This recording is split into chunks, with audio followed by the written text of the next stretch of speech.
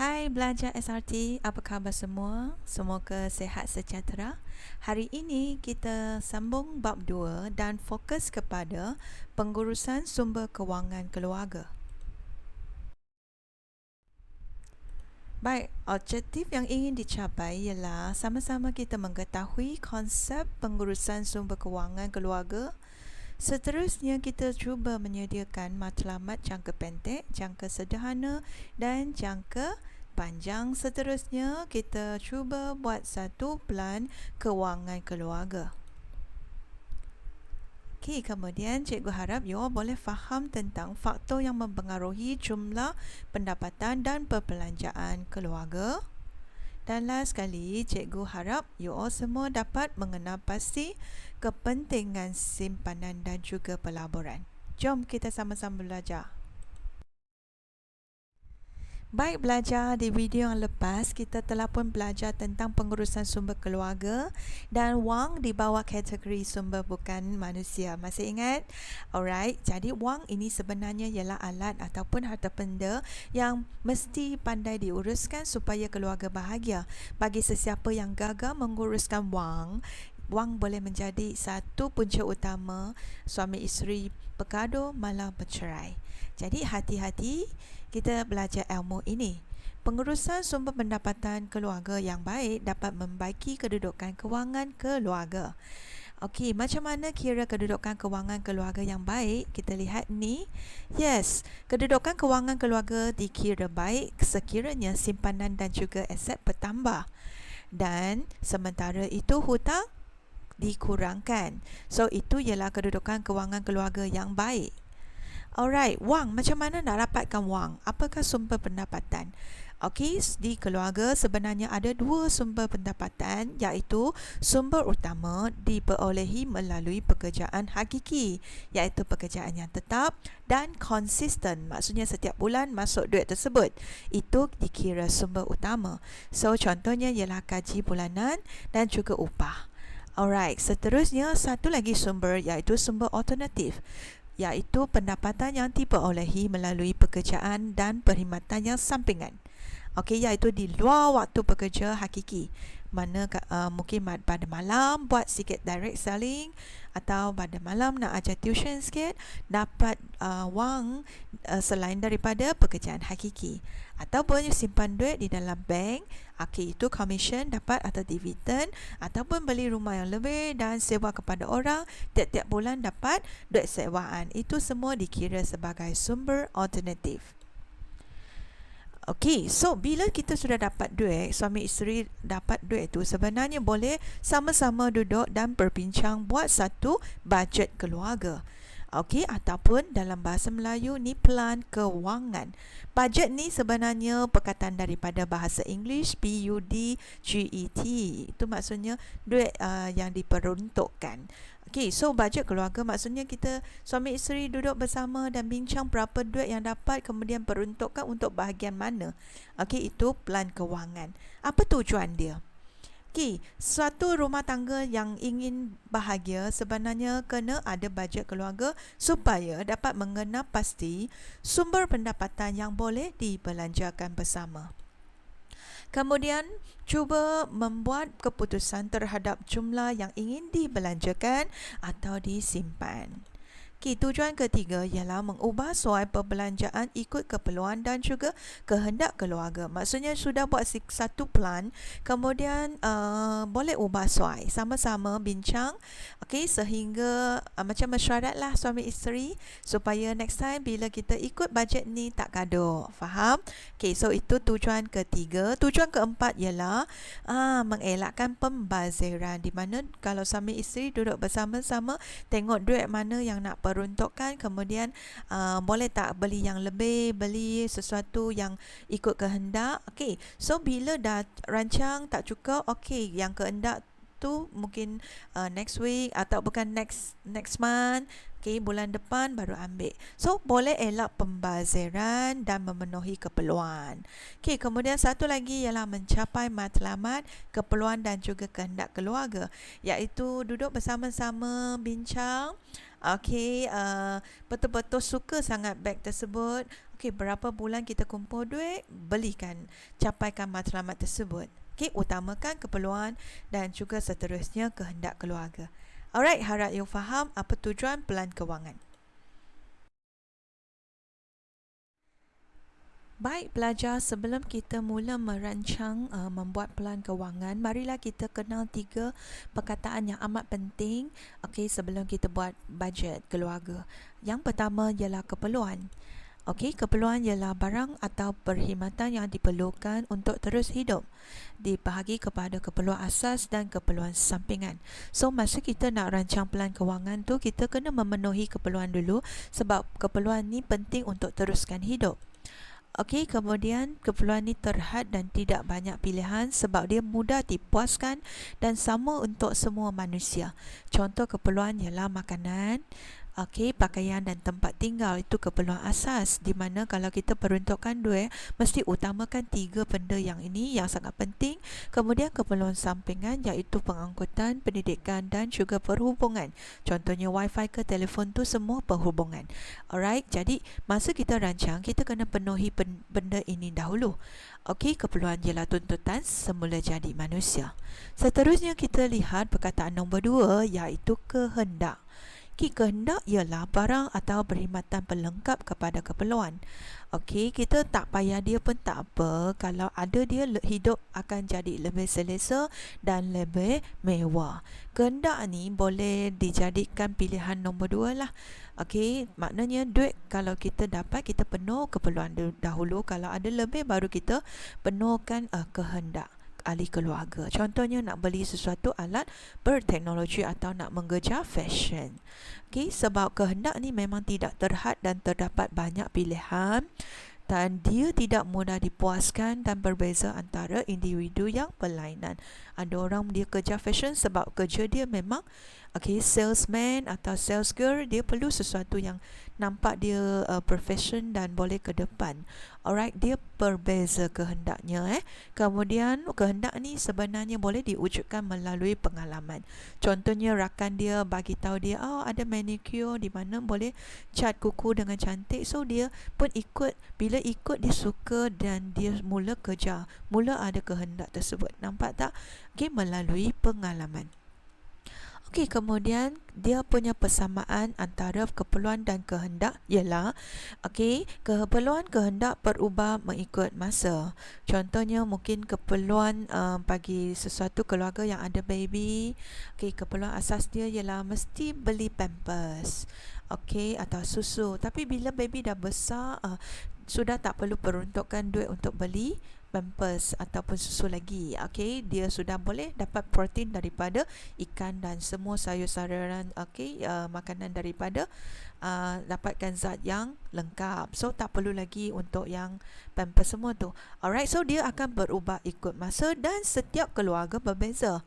Pelan kewangan bergantung kepada keperluan dan juga kehendak, dan setiap keluarga memang berbeza ikut pendapatan dan juga kemampuan. Alright, harap you faham dan boleh bezakan. Kalau masa exam suruh you bezakan, bandingkan keperluan dan kehendak, ini jawapannya, dan pastikan you buat bandingan setara di mana kalau sebelah kiri tulis tidak terhad, terhad, jadi sebelah kanan mesti tulis tidak terhad. Dia mesti perbandingan setara. Alright, seterusnya kita lihat kata kunci nombor 3, sangat penting, iaitu matlamat. Sesuatu keluarga yang bahagia mestilah dia ada matlamat, dan dia mesti letak matlamat ni dalam pelan kewangannya supaya sama-sama capai beli sesuatu yang diperlukan dan dikehendaki. Alright, matlamat dibahagi kepada 3 jenis. Satu ialah matlamat jangka pendek, iaitu sesuatu yang ingin dicapai dalam masa kurang daripada 6 bulan. Kemudian jangka sederhana, iaitu sesuatu yang nak dibeli atau dicapai dalam masa 6 hingga setahun. Bagi yang lebih setahun dikira matlamat jangka panjang.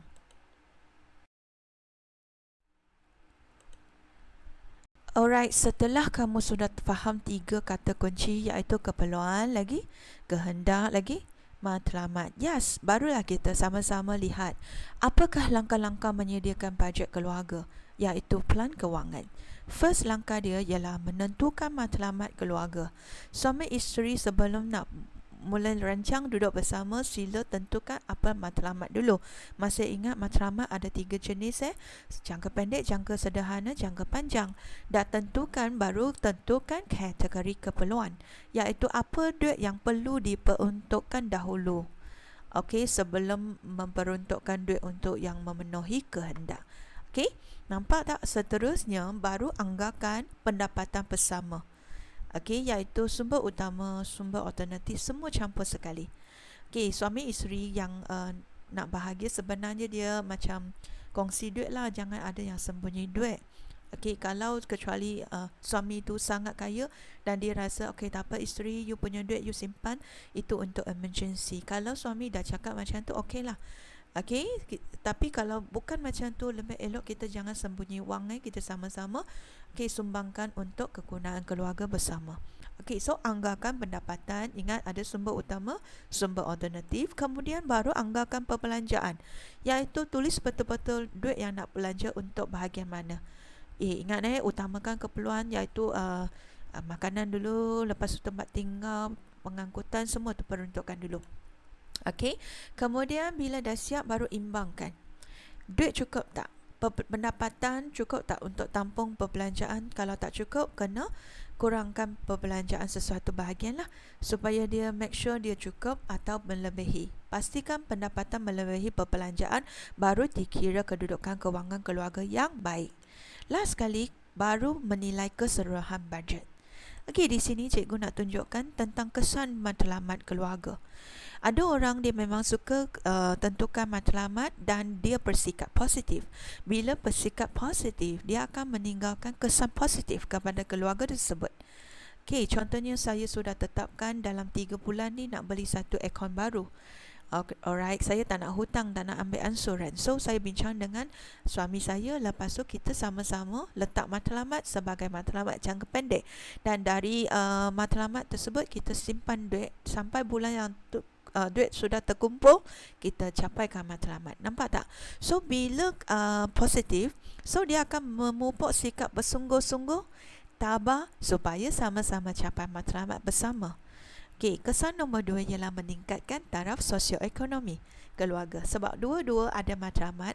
So, bila kita bergerak, kita rasa sangat bersemangat. Kita, suami isteri dan juga anak-anak sama-sama usaha untuk capaikan matlamat bersama. Kemudian, satu lagi ialah meningkatkan daya kreativiti dan inovasi ahli keluarga. Okay, mungkin dia nak jimat duit, nak capai matlamat, mungkin dia buat sesuatu, tak nak beli permainan yang berlebihan, bazar duit kan, so dia buat sesuatu DIY. Dia dapat sesuatu kreativiti untuk jimatkan duit dan dapat capaikan nak hujung tahun melancong pun boleh. So, itu kesan positif. Tapi ada sesetengah yang bersikap negatif. Bila dia letak terlalu banyak matlamat, akan mengundang rasa tertekan dalam diri ahli keluarga. Contohnya isteri yang terlalu tamak, dia tetapkan banyak matlamat, nak beli ini sana, okey, apa Shopee, Lazada, dia tetapkan terlalu banyak sehingga suami itu rasa tertekan sangat dan rasa wow, kenapa bini saya tak pernah henti kehendaknya, susah dipuaskan. Alright, so itu rasa tertekan dan mencetuskan nilai negatif dalam diri seperti antisosial. Dia akan rasa diri dia tak berguna, tak boleh capai matlamat yang keluarga ingin tu. So, terlalu banyak, terlampau tu kurang sesuai lah. So, hati-hati masa you letak matlamat tu, pastikan sama-sama capai dan mampu dicapai. Alright? So, ikut keutamaan dan boleh berubah ikut keadaan. Okey, sekarang kita sama-sama cuba buat satu bajet dan saya ambil contoh Mr. Tan ini. Kita cuba-cuba sama-sama buat bajet keluarga Mr. Tan. Okey, kita lihat Mr. Tan. Dari gambar kita tahu dia ada rumah, ada kereta dan ada seorang isteri dan 2 anak. Nampak Mr. Tan? Wow, gaji dia sebagai pensyarah tu ada 6,000 sebulan. Isteri dia graduan, maknanya graduate daripada university tapi tak bekerja sebab nak jaga anak. Okey, dan dia sekarang suri rumah. Okey, ada 2 anak, darjah 6 dan darjah 4. So, masa exam pun dia akan bagi situasi macam tu. Jadi kita lihat watak utama dan baru kita tolong dia rancang. Okey, so langkah menyediakan bajet tadi kita sudah belajar, kita ulang sekejap. Masa nak tentukan bajet atau pelan kewangan, pastikan tentukan matlamat keluarga dahulu. Seterusnya tentukan kategori keperluan, iaitu apa yang perlu diperuntukkan dahulu. Alright, kita lihat keadaan Mr. Tan dulu. Matlamat yang ingin dicapai selepas berbincang dengan isterinya. So mereka ada 3 matlamat, iaitu beli piano RM7,500, beli komputer riba RM2,500 dan beli telefon pintar RM600. So dari 3 matlamat ni, adakah you boleh bezakan matlamat jangka pendek, jangka sederhana dan juga jangka panjang? Kamu lihat dari segi harga amountnya, jumlahnya. So kalau saya Mr. Tan punya isteri, okey lah, walaupun saya bukan, okey, saya akan tentukan, okey, kita capai dulu yang senang dahulu. Kita buat yang beli yang telefon pintar. Mungkin Mr. Tan ni nak bantu anak dia yang belajar online, mungkin nak beli komputer tapi tak cukup duit, beli dulu telefon pintar yang lebih murah. So untuk telefon pintar boleh dijadikan matlamat jangka pendek. Kemudian komputer riba tu boleh jangka sederhana, dan juga beli piano, okey, itu boleh jangka panjang. Dan piano tu mungkin tak sangat lah, mungkin anak dia belajar piano dan sekarang guna piano cikgu dulu, okey, kemudian kalau mampu dia baru beli piano sendiri. So nampak tak 3 matlamat? Pastikan you tahu jangka yang perlu ditentukan. Seterusnya kita tengok komitmen, iaitu keperluan yang perlu diperuntukkan oleh Mr. Tan. Setiap bulan dia kena peruntukkan untuk bayar duit pinjaman perumahan sebanyak RM1,000, kemudian kereta RM800. Wow, Mr. Tan dia bagi duit kepada ibu bapaknya, iaitu RM500, iaitu duit saraan. Kemudian Mr. Tan juga memperuntukkan makanan setiap hari RM50. Alright, jadi RM50 darab 30 hari, iaitu RM1,500. Okey, jadi isteri itu memang boleh dapat duit ni dan beli bahan ikutlah menu yang dirancang. Kalau jimat tu dia boleh bawa keluarga makan kat luar kalau dia malas nak memasak kan. So isteri kena bijak guna duit ini. Okey, kemudian bil elektrik dan air tu cikgu Mr. Tan tu memperuntukkan RM350, wifi dan bil telefon pintar RM200, perubatan terutamanya sekarang zaman COVID, kena beli mask dan sanitizer dan simpan sikit kalau nak pergi cek doktor, RM100 diperuntukkan, bayaran tuition dan juga tuition piano, tuition melukis tu RM200 dan RM100 tu kira keperluan pendidikan so dia peruntukkan dahulu. Dan satu lagi bayaran petrol untuk kereta RM200. Wow, nampak tak nombor 11 ada wang saku anak RM200. Jadi 2 anak maksudnya seorang dapat RM100. Ini pun sebenarnya bijak Mr. Tan, sebab dia bagi anak sejumlah duit untuk diperuntukkan. Anak sendiri rancang lah macam mana nak guna wang saku tersebut. Kalau ada lebih dia buat simpanan. Boleh bayangkan kalau RM100 30 hari itu maknanya satu hari ada RM3 ke atas. Kalau dia guna RM2 sahaja dia dapat RM1. So dari duit kumpul tu mengalakkan anak dia menabung, dan seterusnya kalau nak beli mainan boleh dari sini tau. So biarlah anak-anak pun rasa bila nak beli mainan dia kena simpan duit sendiri dan cuba capaikan matlamat sendiri. So itu satu kebijaksanaan Mr. Tan. Alright, bila dah siap tentukan matlamat, kemudian keperluan dulu. Kemudian langkah seterusnya masih ingat ke? Ya, menganggarkan pendapatan bersama, kemudian menganggarkan perbelanjaan, dan kemudian baru mengimbangkan pendapatan dan perbelanjaan. Last sekali, menilai bajet. 7 langkah ni kena hafal, sebab you akan guna bukan hanya untuk peperiksaan, tapi masa hadapan you boleh guna cara ini untuk merancang untuk keluarga akan datang. Okay, so kita guna cara pertama, menganggarkan pendapatan dahulu. Masih ingat apa pekerjaan Mr. Tan? Yes, dia seorang pensyarah dan gaji dia RM6,000. So buatlah plan macam ni, tulis di sebelah kiri pendapatan dia RM6,000. Seterusnya baru ada tak kerja isterinya? Isteri dia tak kerja jadi dia tak ada sumber alternatif. Alright, kemudian dari 6,000 tu dia akan memperuntukkan untuk bayar duit ansuran pinjaman perumahan RM1,000. Tulis sahaja.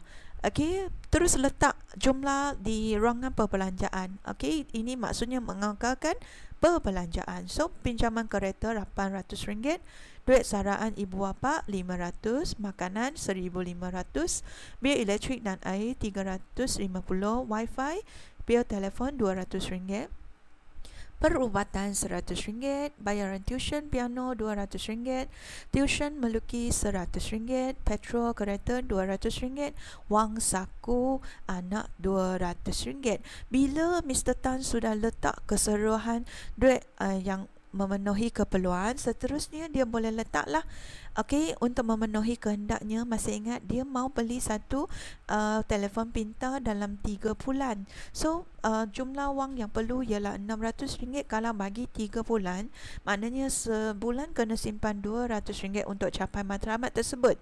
So dalam plan tersebut, tolong letak satu untuk capai matlamat, jatuh simpan RM200 untuk beli telefon pintar. Nampak tak? So Mr. Tan buat perancangan, dia letak kat situ.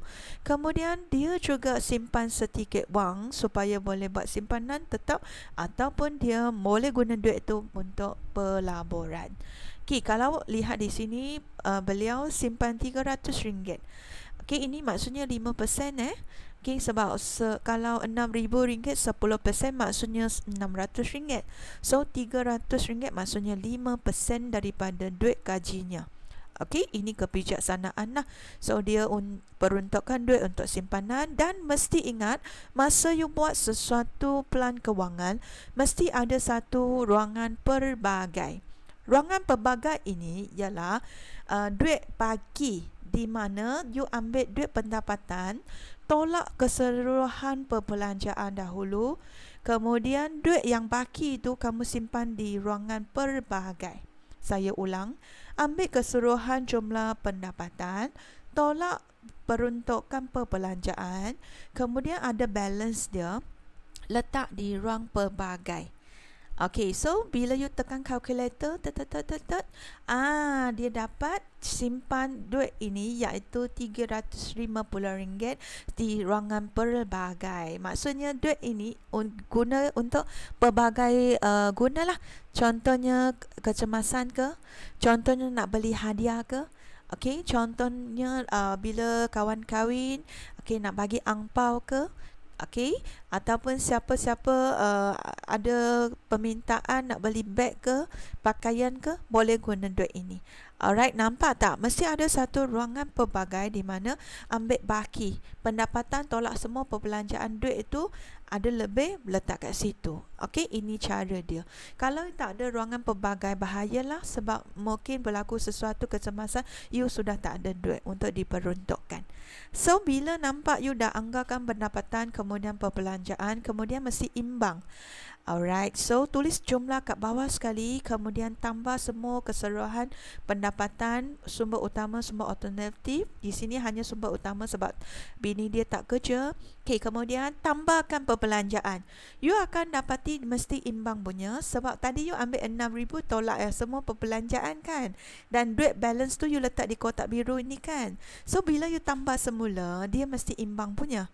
Nampak tak? Sekiranya pendapatan tu you tolak perbelanjaan dan kalkulator keluar negatif, maksudnya you punya plan kedudukan kewangan ni salah, dia tidak balance, perbelanjaan memang lebih daripada pendapatan. So kena ubah suai. Setiap peruntukan kena adjust sikit amount dia supaya pendapatan lebih daripada perbelanjaan, baru dikira plan kewangan yang boleh dilaksanakan. Hati-hati, saya harap you boleh wujudkan pelan kewangan yang berkesan dan berfungsi serta bagus. Kita lihat di sini.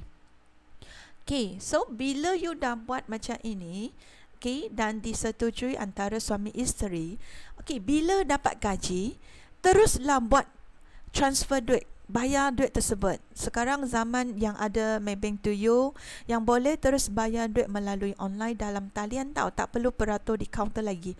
So tengok bila gaji sudah keluar 6,000 tu, terus duduk bersama suami isteri bayar terus.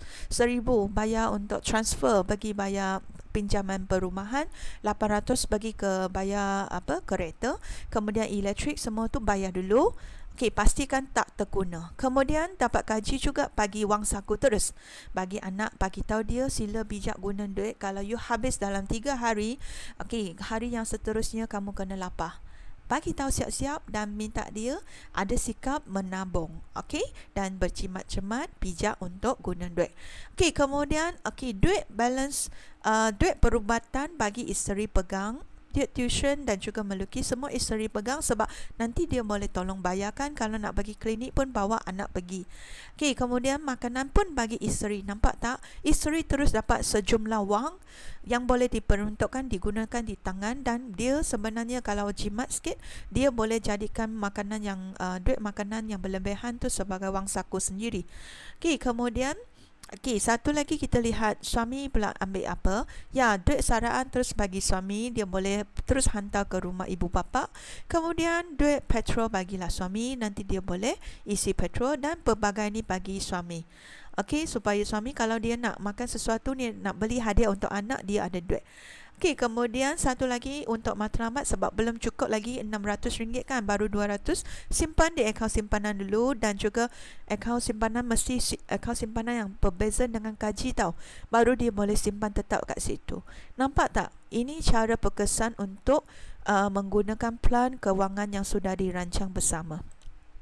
Alright, di sini tip bijak menguruskan kewangan. Saya nak bagi tahu, mesti setiap keluarga ada tabiat membuat simpanan. Kalau you ada duit yang lebih, boleh peruntukkan 20%. Itu sudah kira sangat kaya lah.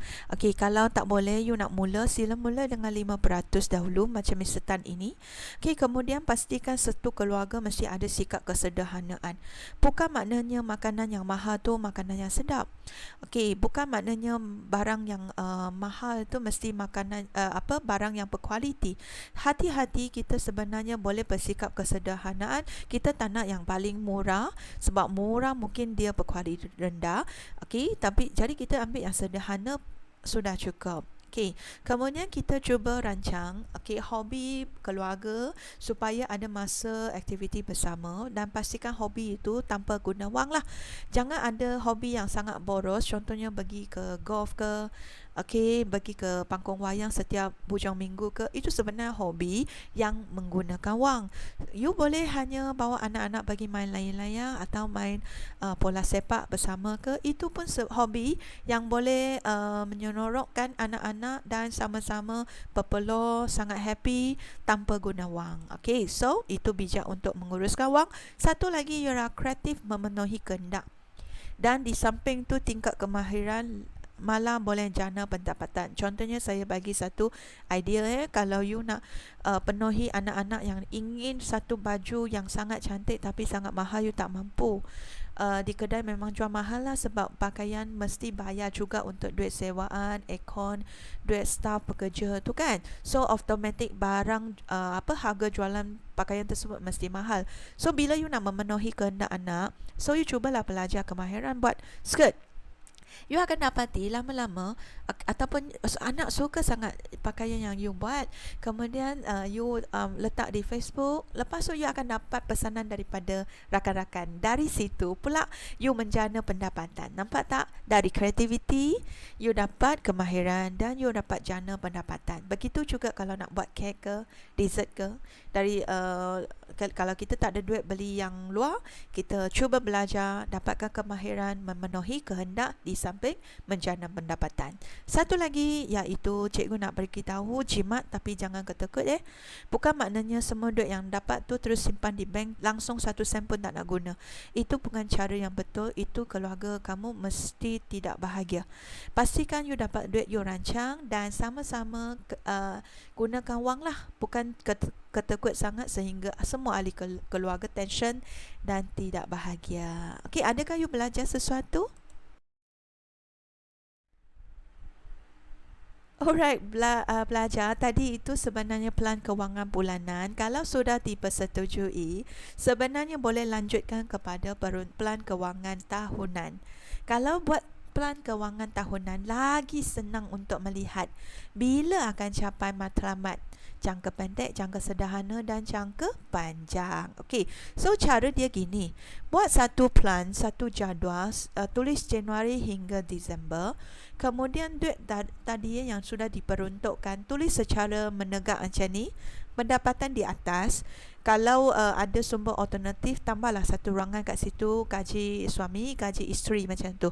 Ataupun ada duit sewaan perumahan pun masuk kat situ. So pendapatan di atas, kemudian perbelanjaan di bawah. Ingat jumlah dia mesti seimbang. Sebab perbelanjaan dia ada satu ruangan pelbagai. Ambil duit pendapatan keseluruhan, tolak duit perbelanjaan dan baki dia letak di pelbagai. So bila you buat gitu, atas dan bawah mesti imbang punya.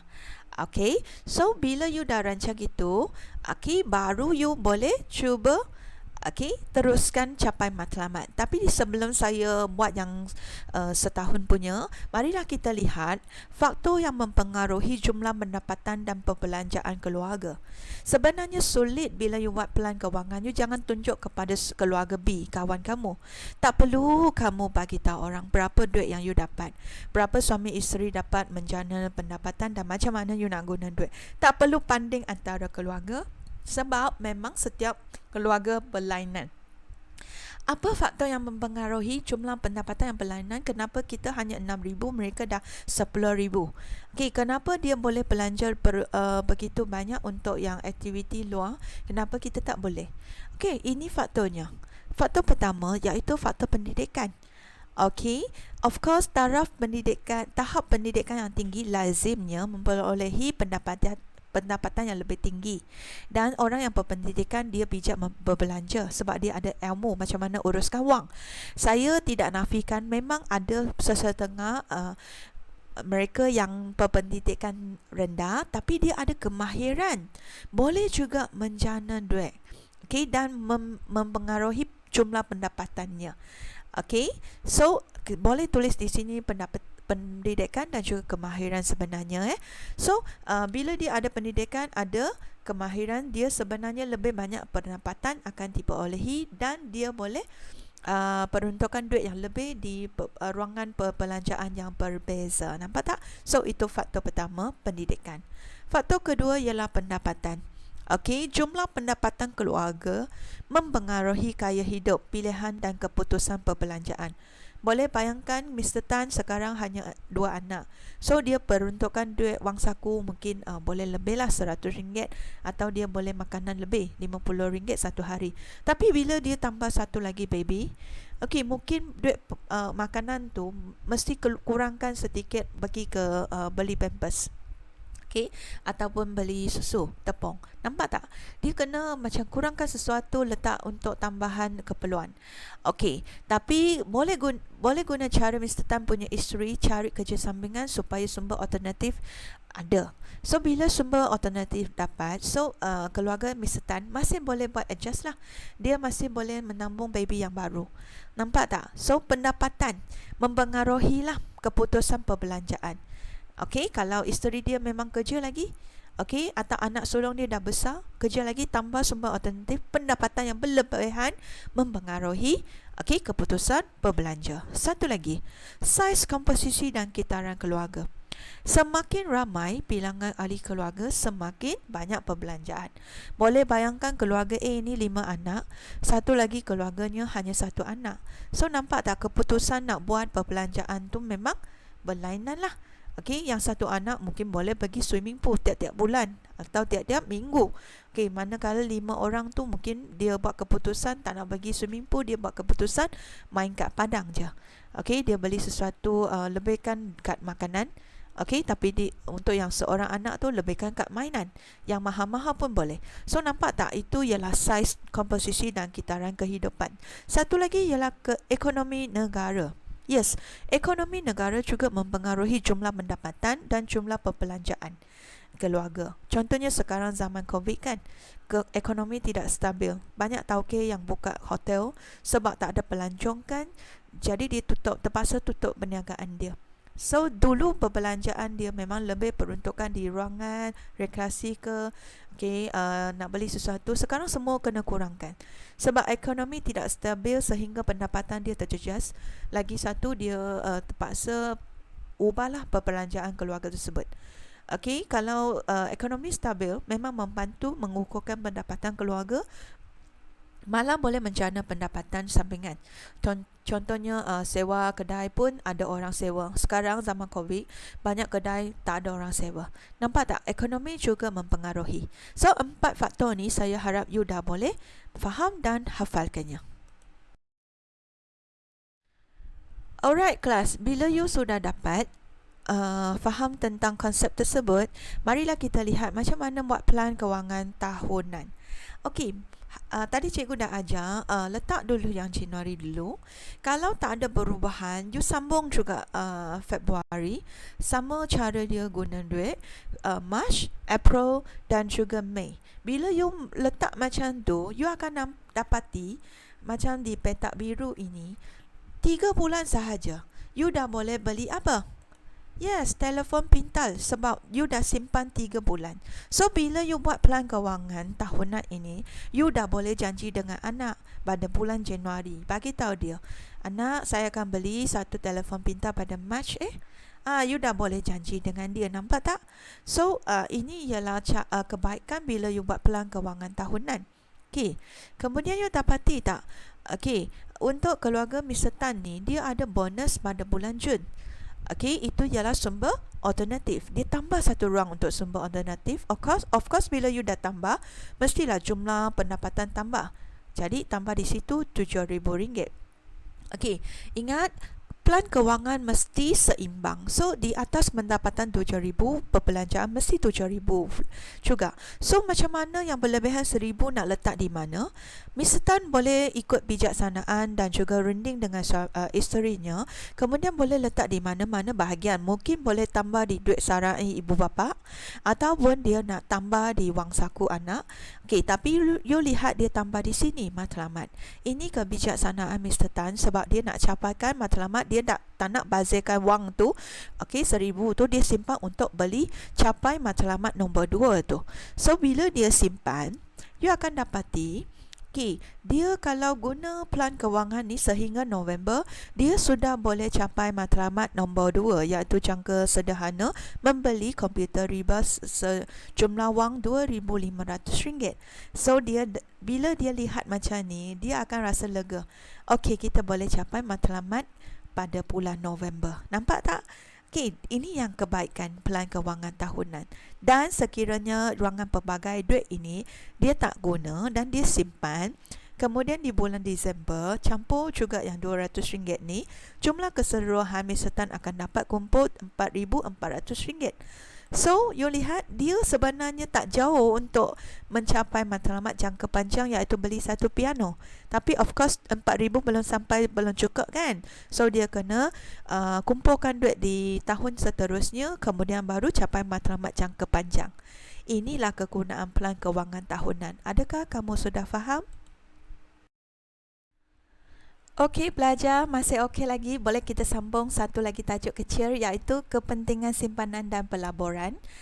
Satu rumah tangga yang bahagia sebenarnya kena banyak inilah buat simpanan dan pelaburan supaya boleh meningkatkan duit harta benda, iaitu aset kamu untuk kegunaan kemudian. So simpanan dan pelaburan penting untuk memperolehi pulangan dari segi faedah dan dividen, boleh dijadikan pendapatan keluarga yang berlebihan. Pelaburan ini cikgu nak tegaskan di sini bukan beli saham sahaja atau simpan duit di bank sahaja. Pelaburan ini ialah beli sesuatu harta benda yang boleh meningkatkan nilai dia. Contohnya rumah ataupun tanah, di mana bila you sewa tu dia dapat duit sewaan tiap-tiap bulan. Dan kalau you beli sesuatu rumah atau tanah di lokasi yang sangat bagus, sangat tempat yang strategik. Bila you jual, you dapat dividen yang lebih. Okey, so itu kebijaksanaan lah bila you buat pelaburan.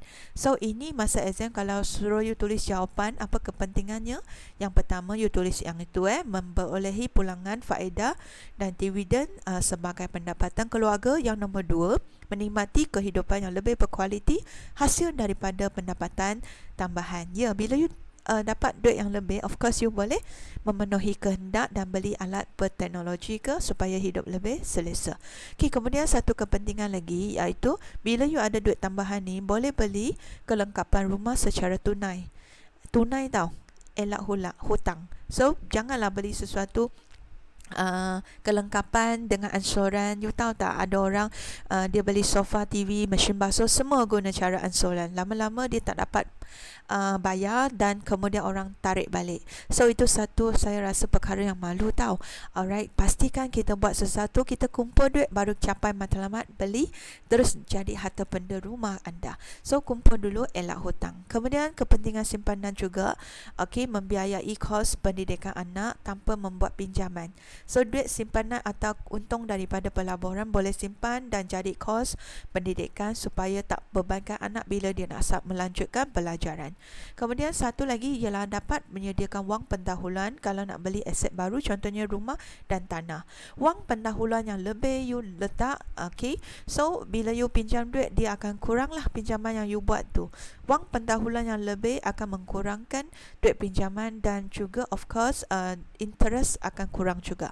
Okey, satu lagi ialah kepentingannya simpan wang persaraan supaya Mr. Tan dan isteri dia lama-lama bila dia tua, dia tak takutlah dia ada duit simpanan ini. Okey, so itu kepentingan dia. Cikgu di sini bagi sikit lagi pesanan. Kerja untuk hidup, bukan hidup untuk kerja. Okey, maknanya wang yang you untung tu atau pendapatan yang dijana tu, pastikan kamu guna. Okey, untuk keluarga bahagia. Bukan kamu hidup kemudian khas untuk kerja dan simpan duit lah banyak-banyak. Setiap hari nak kerja sahaja, tak guna duit langsung untuk keselesaan. Okey, sendiri. Sebenarnya hidup macam tu sangat seksa lah. Okey, pastikan you bijak guna duit, sama-sama satu keluarga bahagia dan you sendiri pun rasa tidak tertekan dan boleh menikmati keluarga yang menikmati kehidupan dengan keluarga yang tersayang. Okey, dan elak hutang. Okey, jangan banyak beban, utamakan keperluan, kurangkan kehendak yang boros. Ada orang dia sudah ada beg yang cantik dan bagus, dia beli lagi. Kasut pun sama, beli lagi. Okey, duit alat solat semua tu dah beli. Nampak tak kehendak terlalu boros? Kurangkanlah. Kemudian pastikan you ada tabiat rekod plan kewangan ini dan juga rekod setiap perbelanjaan supaya akhir bulan tu you ada sesuatu yang boleh dirujuk. Okey, tengok mana pergi duit kamu. Kalau sangat tak bagus tabiat tersebut, you boleh baiki kelemahan. Kalau you nampak wah hujung bulan you dah guna terlalu banyak di bahagian beli pakaian ke, okey, you boleh kurangkan next month. Okey, kemudian satu lagi, sila melaburkan masa dan wang untuk anak. Okey, jangan langsung tak macam bagi dia belajar sesuatu. Kalau you nampak dia memang ada bakat, bagilah dia tuition untuk meningkatkan bakat dia. Jangan kamu jimat wang ketekut, janganlah, saya simpan banyak duit kemudian anak tu dibiarkan. You tahu tak, kalau you melabur wang bagi dia belajar sesuatu, next time anak semakin kemahiran dan dia akan jadi sumber tenaga anda. Okey, dan sumber tenaga yang sangat bagus, okey, untuk kehidupannya. Okey, dia boleh dapat sesuatu ni lah. Jadi anak bukan beban, tapi anak ialah harta. Okey, yang sangat berharga. Kemudian satu lagi ialah sila pesanan kamu iaitu pesanan kepada kamu iaitu membuat simpanan tetap dan pelaburan. Bagi agama Islam, buatlah tabung haji. Okey, kalau boleh sedekah mana yang secara ikhlas. Saya rasa dari segi agama pun ada ajar di mana bila kita sedekah atau derma kepada orang, Tuhan akan bagi kita tambah rezeki. Okey, so itu cara kita bijak guna wang. Haraplah kita sama-sama belajar. Okey, ingatkan kamu sekali lagi ini kepentingannya. Okey, kita sama-sama lihat kriteria kejayaan. Adakah kamu sudah capai? Okey, sudah tahu punca utama keluarga? Okey, sumber utama, sumber alternatif. Faktor yang menyumbang ke arah jumlah pendapatan dan perbelanjaan. Adakah kamu sudah faham kesan? Okey, penetapan matlamat dan kepentingan simpanan dan pelaburan. Kalau masa exam tanya maksud tujuan langkah menyediakan bajet, adakah anda sudah boleh? Satu lagi, adakah anda boleh membuat plan kewangan keluarga secara sistematik? Siapa yang tak boleh, kena tengok semula video ini. Siapa yang sudah berjaya, syabas. Saya harap keluarga anda sekarang dan keluarga akan datang ni sangat bahagia sebab you ialah tuan yang bijaksana menguruskan wang. Okey, kita jumpa lagi. Terima kasih semua. Bye.